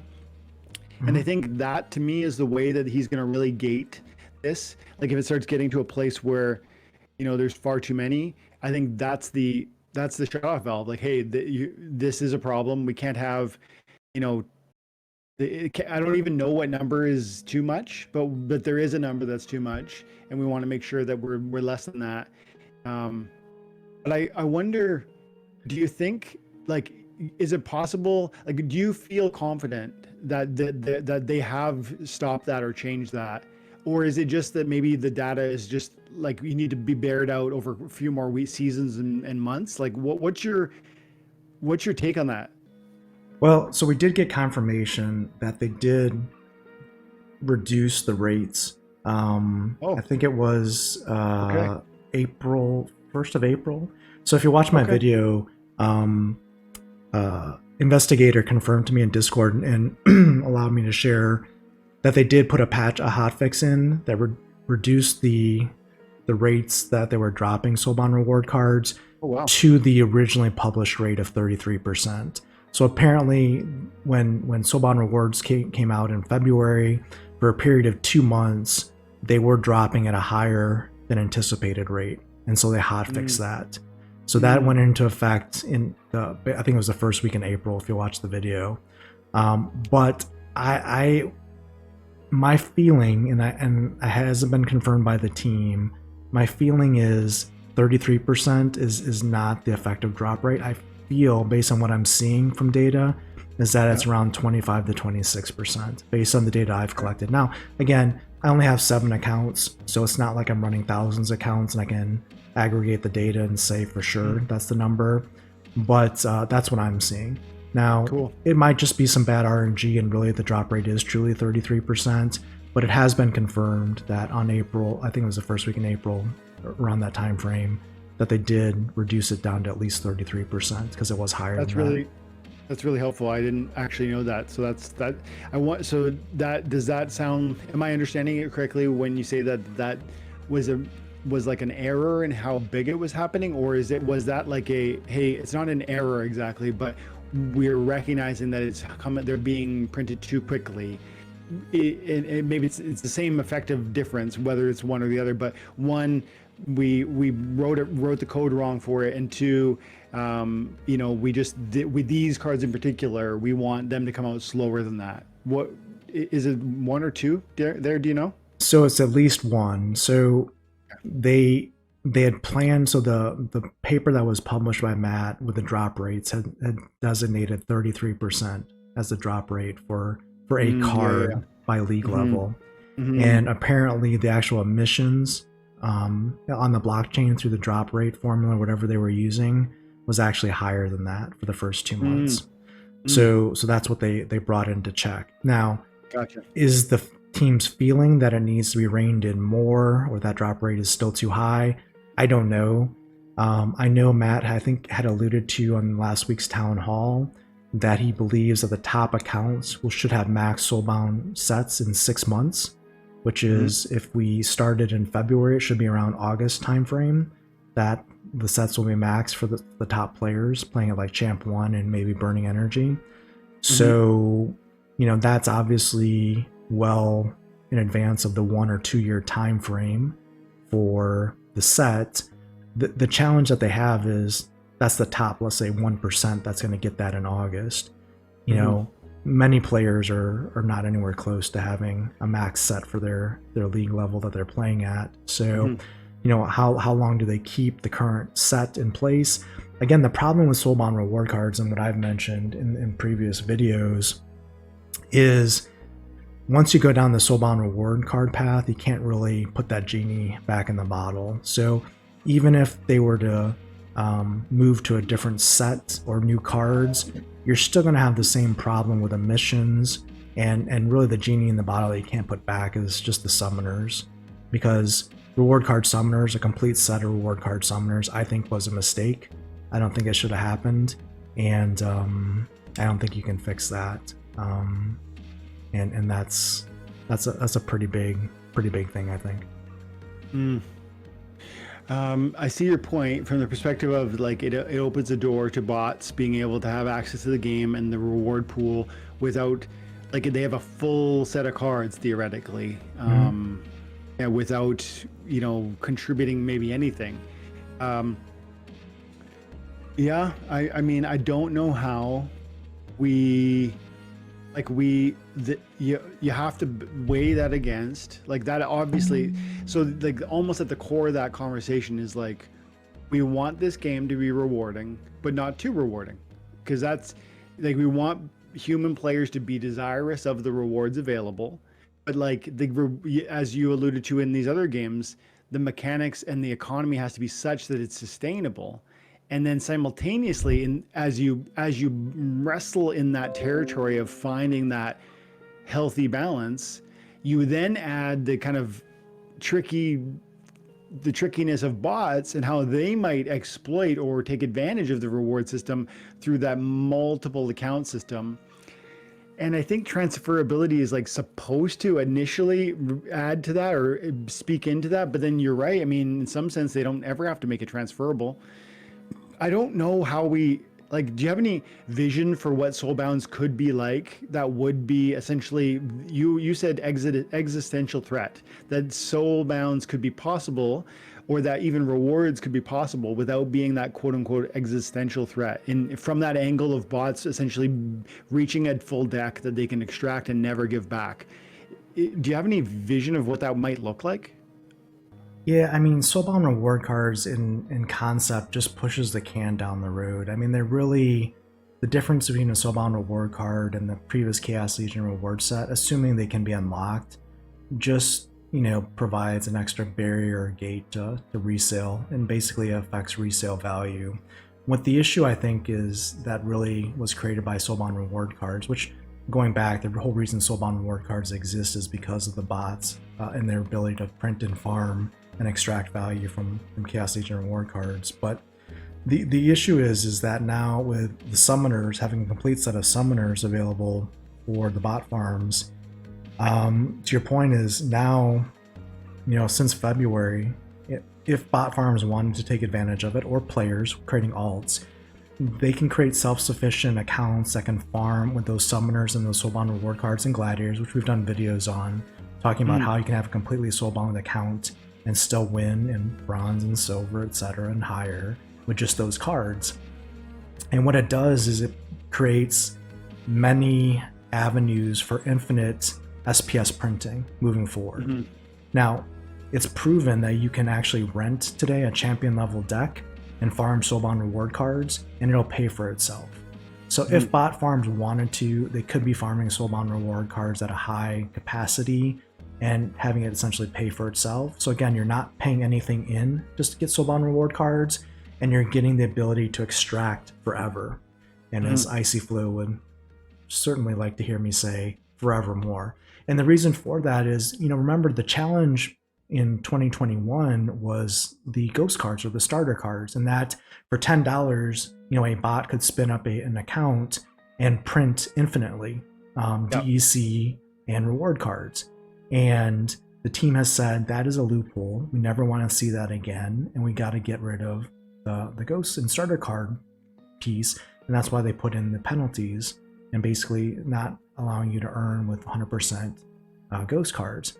But they reintroduced that same loophole when they introduced the Soulbound reward cards with summoners, because now you can, again, for essentially free, have a set. Maybe it's at bronze level, maybe it's at silver level, maybe it's at higher, depending on what you did as a player or a bot farmer. And now you can always farm until SPS is no longer farmable with those cards. And the only thing that you're going to be able to get that you can sell currently in the market, besides the limited Chaos Legion packs that you can possibly earn, is SPS. So my whole point was, you've now created an SPS extraction funnel that's never ending, that's not stoppable. You can't necessarily take back the Soulbound summoners as a card. Bots will have them, players will have them, they're always going to be there. So all you can really do, and it's going to piss people off, is, because you asked for the answer to the question, the answer is basically you would have to limit the earnings of Soulbound reward cards for SPS and chess, similar to the ghost or starter cards. And people are going to lose their mind if that goes into effect, as you can imagine.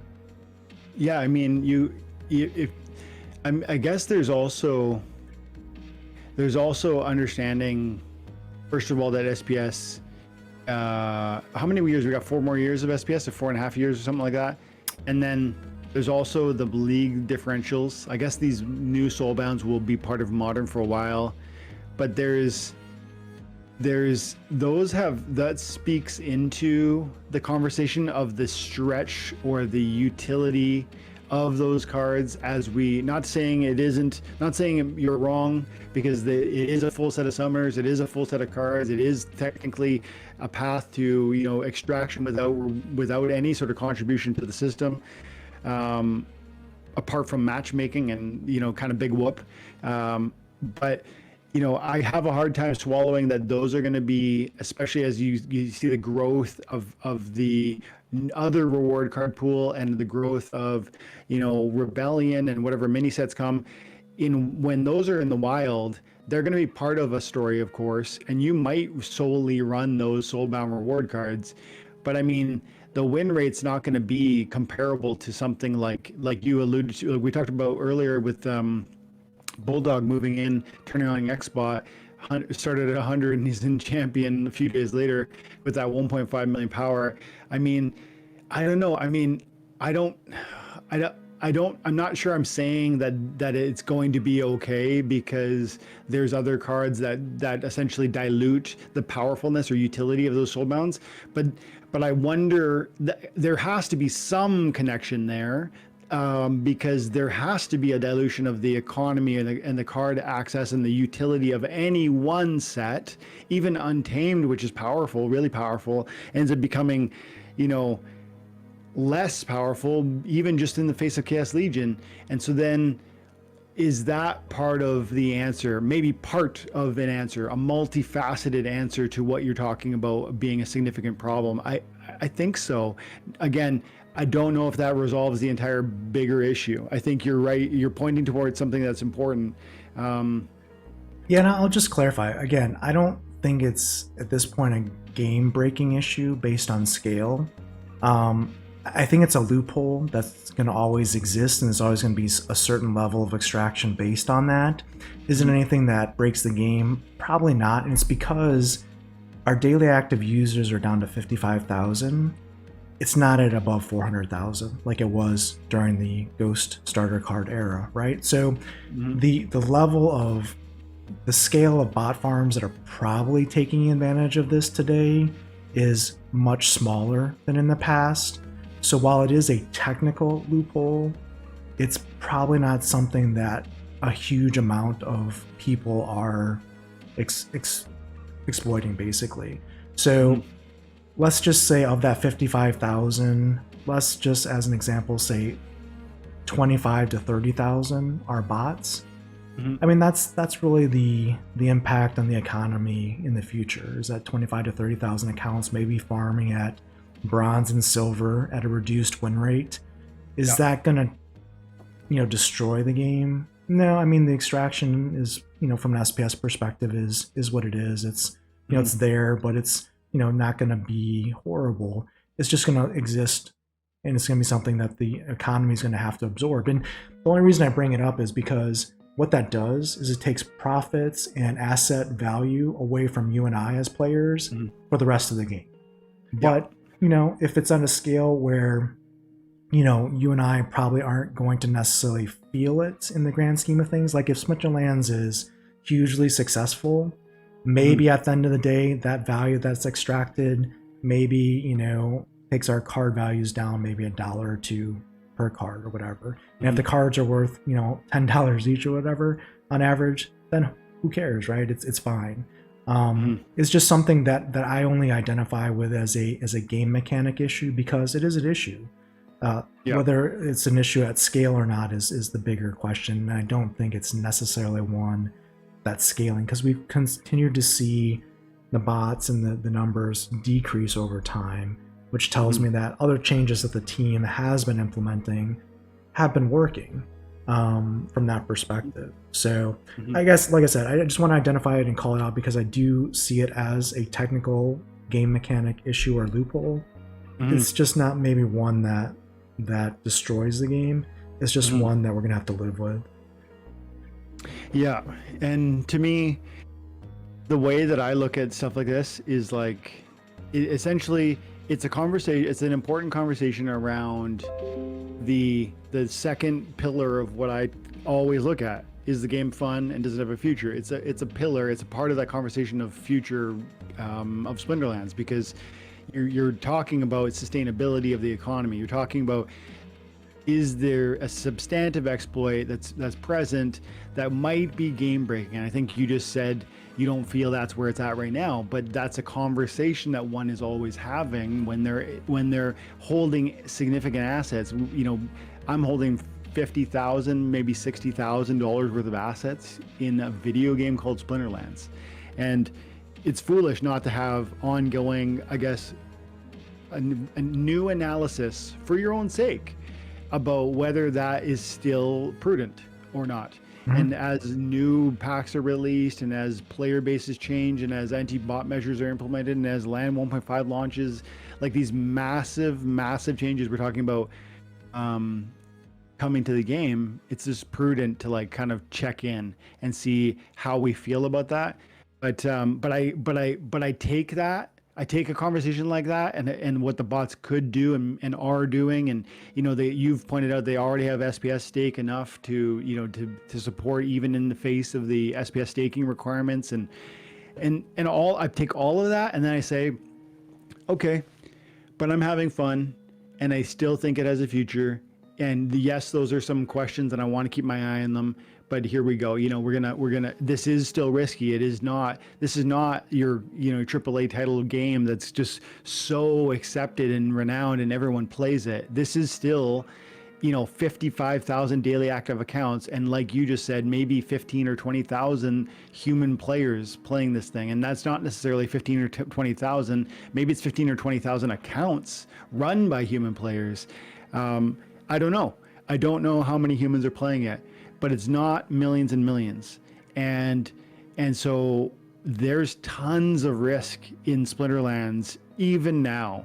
But there's also tons of opportunity, because for the very reasons that you mentioned, if there's only, let's say as an example of a range, there's only 15 to 25,000 humans playing Splinterlands today. What does that mean for the future? If this game is successful, if it does what it's setting itself up to do, and all of a sudden we have, like, even a 10x growth is only 150,000, maybe to 250,000 players. 10x growth in players, 10x growth in assets. I mean, that's substantial, and 10x is possibly conservative in the grand scheme of things when you have a very small user base to start with. we only need to, catch a little bit of a bid here, and it could get very interesting. So, just the other day, I saw a wise YouTuber who I know you listen to. He was talking about how Gala coin is 16x of SPS, and you were covering it, and you go, like Gala has like 2 or 3, I forget how many games you said they have, but they have 2 or 3 games. Splinter has 2 or 3 games. The vision for Invenium and what that might do to just opening doors with Unity or something. I don't even know what Unity is, but you were talking about that, and it rings true to me that when I look at what Splinterlands is and what it might be, SPS at 2 cents. Oh my goodness, free Soulbound reward cards that are really quality. Yes, man, like let's go. Land 1.5 in a couple weeks, like 4 weeks or something.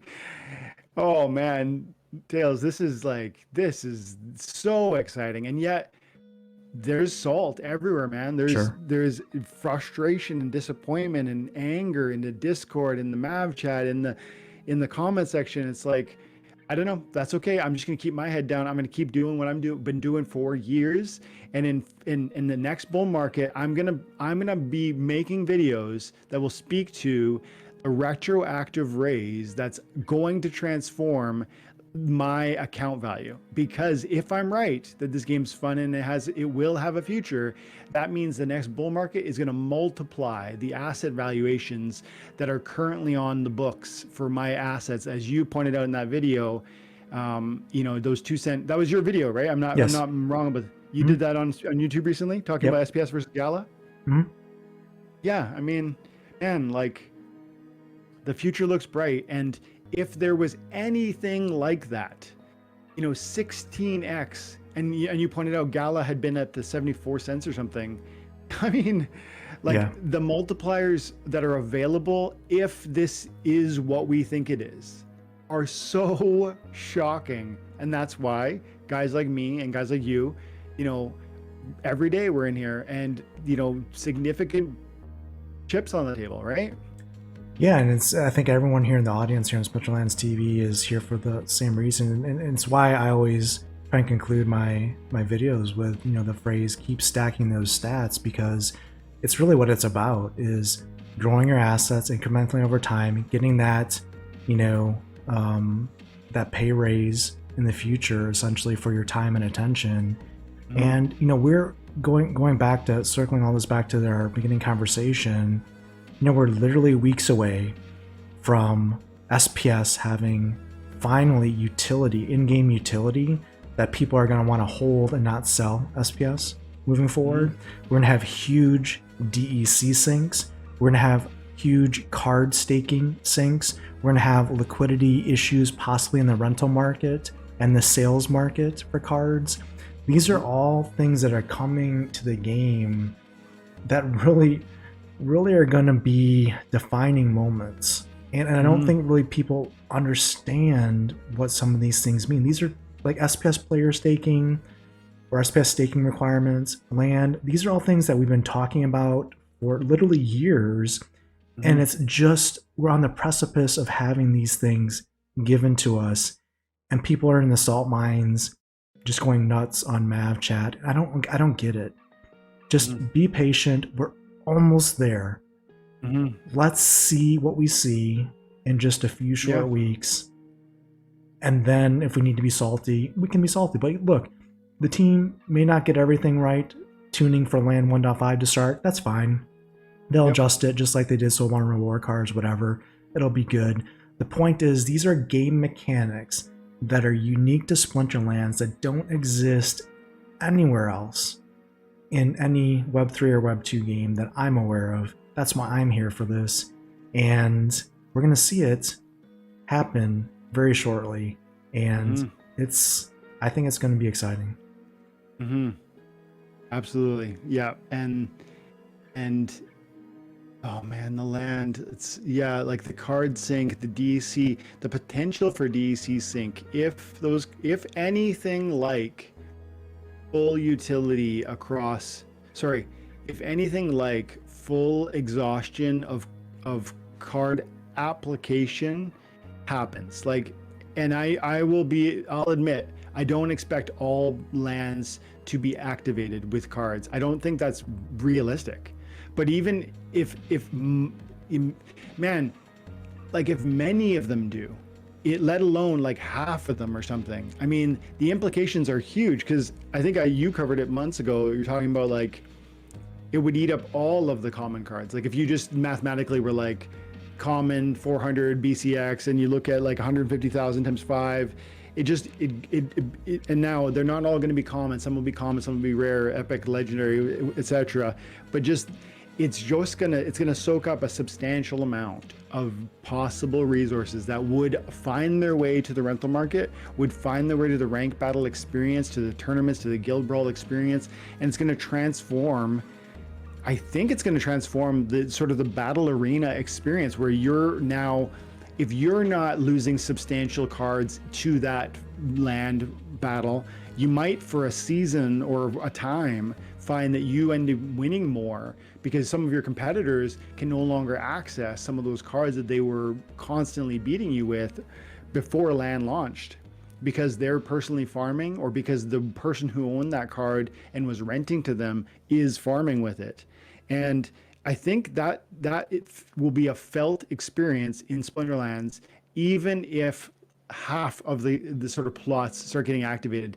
And then the DEC conversation, 10,000 per, I think it's 10,000 DEC per card, but maybe does it have to do, it's per max how card. much per max card, is that right? Yeah, so basically 5 max cards per land is a max of 50,000 DEC per plot, essentially. Mm-hmm. But then there's also, isn't there like upgrades and stuff? That's like the staking requirement, right? Yeah. Yeah, in the future with Land 2.0, you're going to have a lot of other factors in play with buildings and other stuff that'll be, DEC sinks as well. And,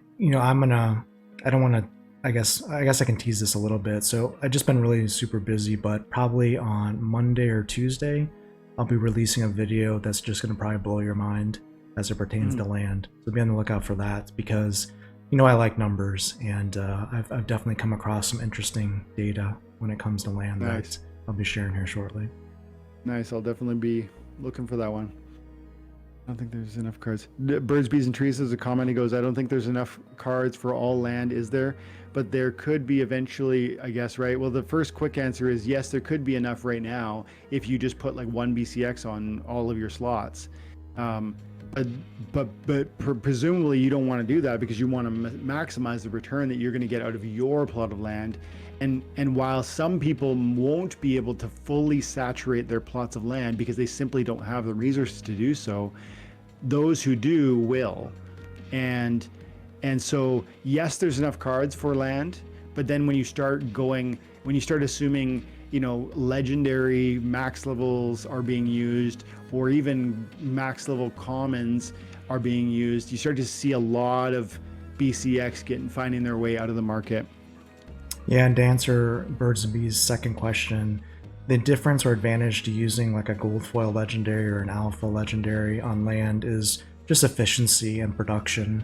For example, there's many types of car engines in the world, like a V10 or whatever that you put in like a Lamborghini is obviously more high powered and has more horsepower than like a 4-cylinder economy car, right? So it's all about efficiency and production at that point is where you're going to get value. So, certainly you could fill, to your point, all land with 1 BCX card. It's not going to be very efficient, or you can try and optimize that and give it more, higher octane fuel to use.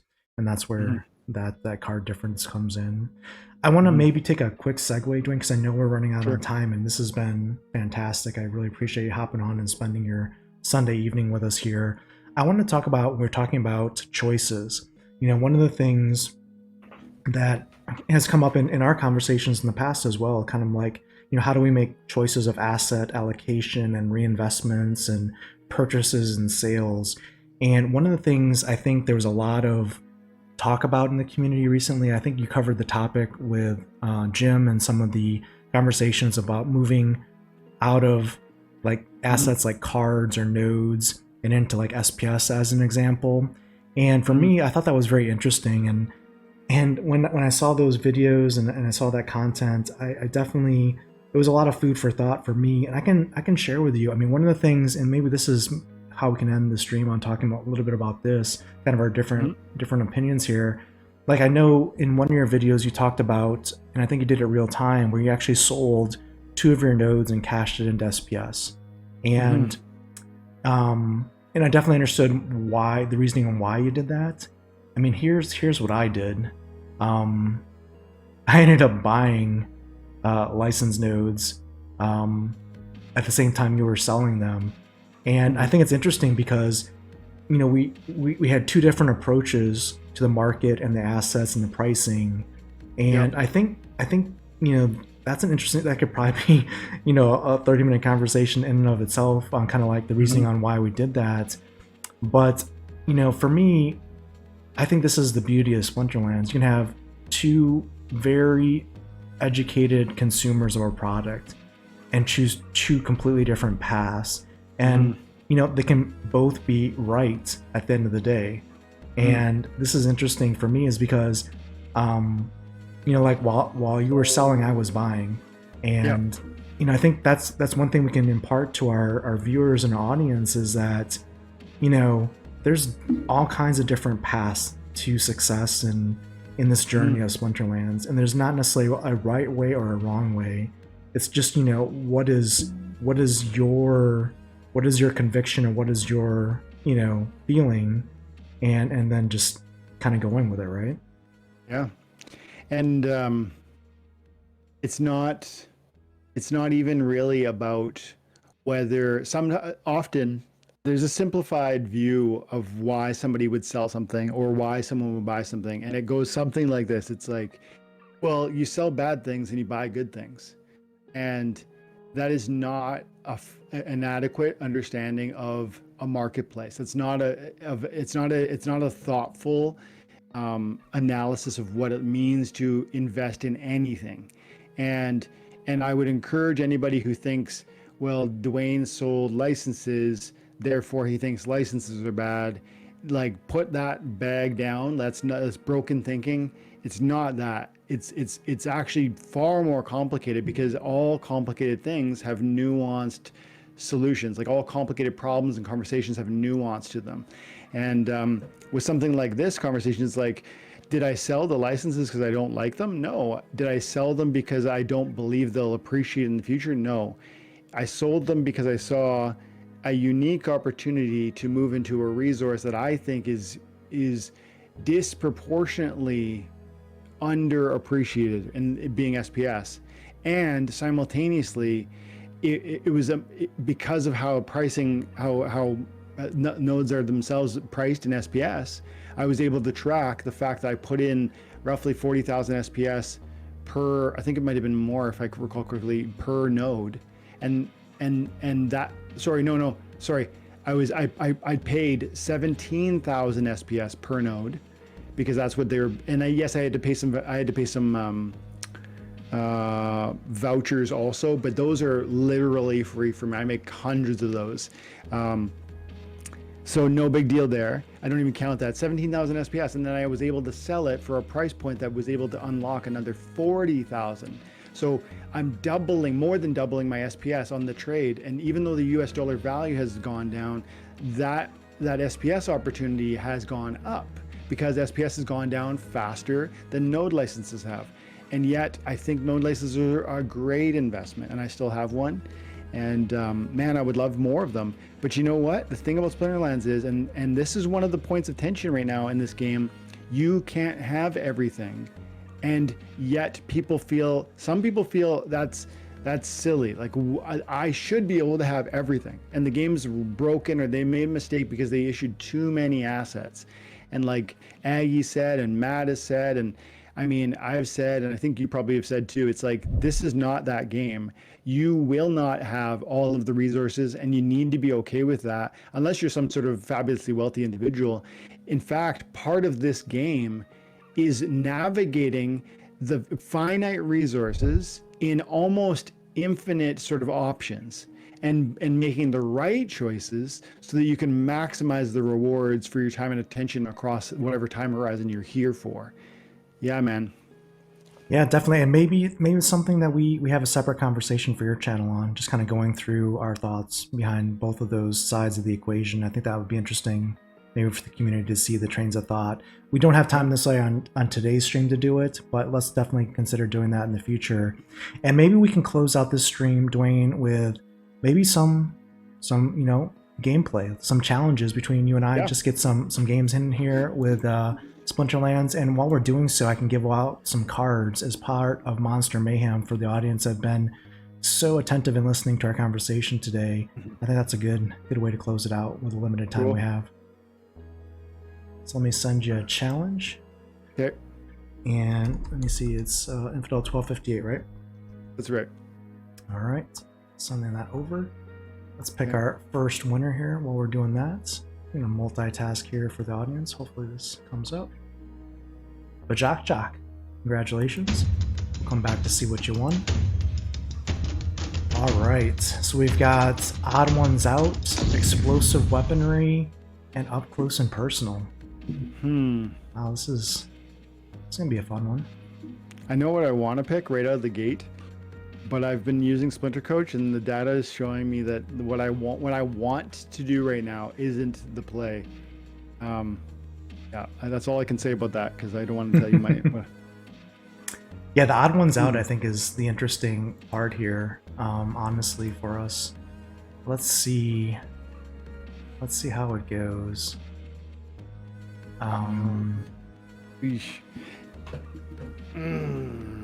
This is and the mana cost.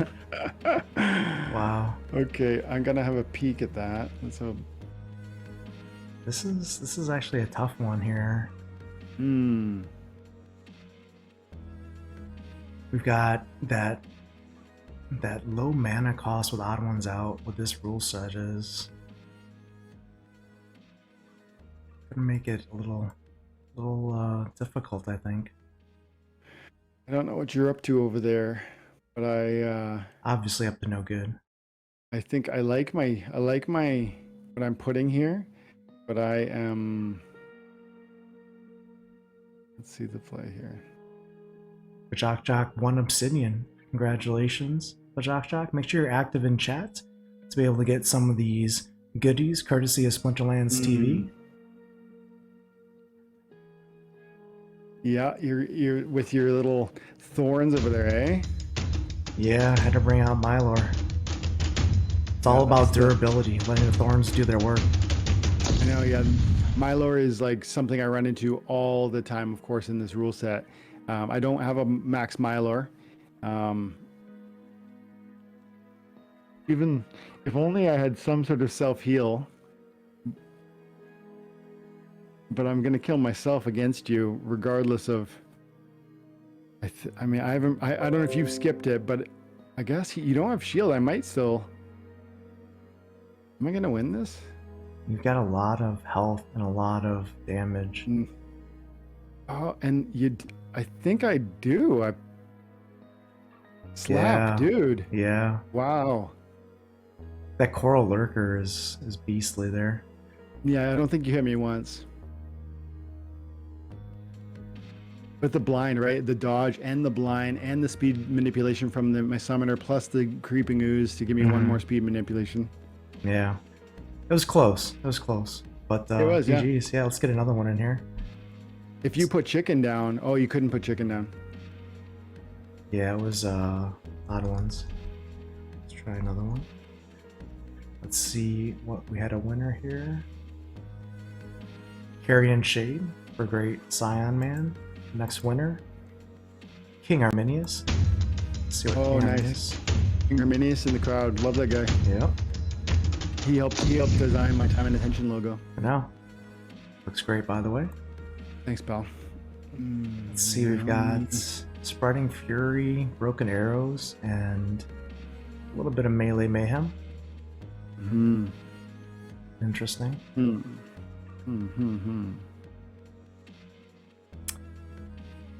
Oh boy.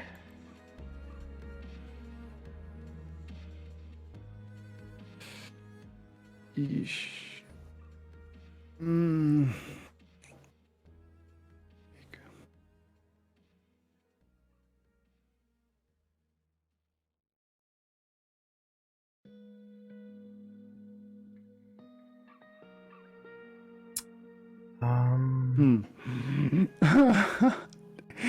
Dude, I'm like nervous right now.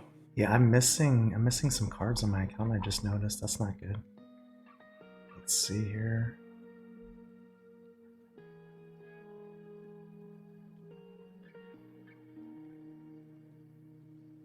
Okay.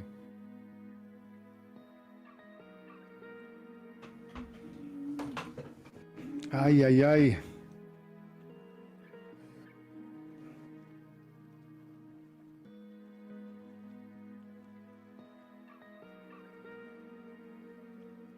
I'm not super happy about this. I'm almost there. Put you at that. Oh, decisions. Boom. Okay. All right, there we go. Let's see what King Arminius has won. Exploding rats. All right. Next winner, Kyle. I love throwing out the gladiator-based summoners, even though they're under-leveled. I've got, since our earlier conversation, I'm only at level 6 for each of these guys, which is not enough. But look at like there's some juicy stuff out there still. Like, I mean, look at Marisol Contuma with the 5 attack, 5 speed, 4 armor, 9 hit points, and that's at like gold league level. Yeah.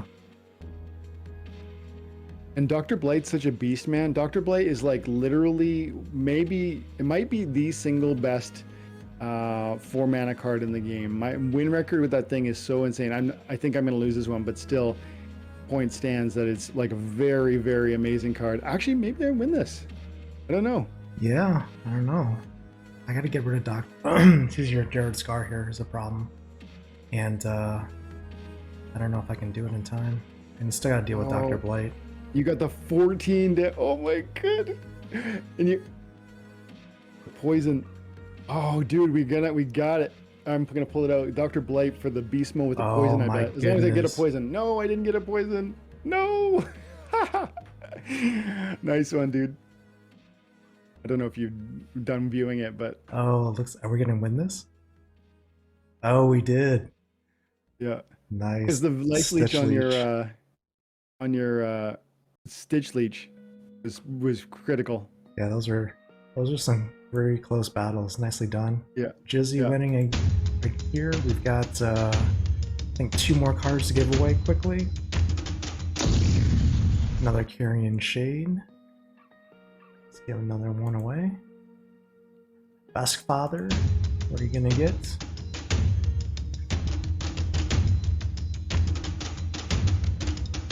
Well, Dwayne, thank you so much for hanging out on stream with us tonight. I really appreciate you taking the time. It's been long overdue. Really appreciate it. Anything you want to close with? We got about 30 seconds here. I guess just thank you for having me, and guys, appreciate what you guys are all doing over in Splinterlands TV still, and this audience that's just blowing up the chat. And yeah, guys, check out splintercoach.com. They give you good personalized data history for your battle of records in Splinterlands. Awesome. Well, everyone, thanks so much for hanging out with us tonight. We really appreciate it. And Dwayne, anytime you want to come back and chat with us, just let us know. Always love hearing from you. And definitely check out Dwayne's channel. Make sure you subscribe. And everyone, have a good night. Keep stacking those stats. And we'll see you next weekend. That's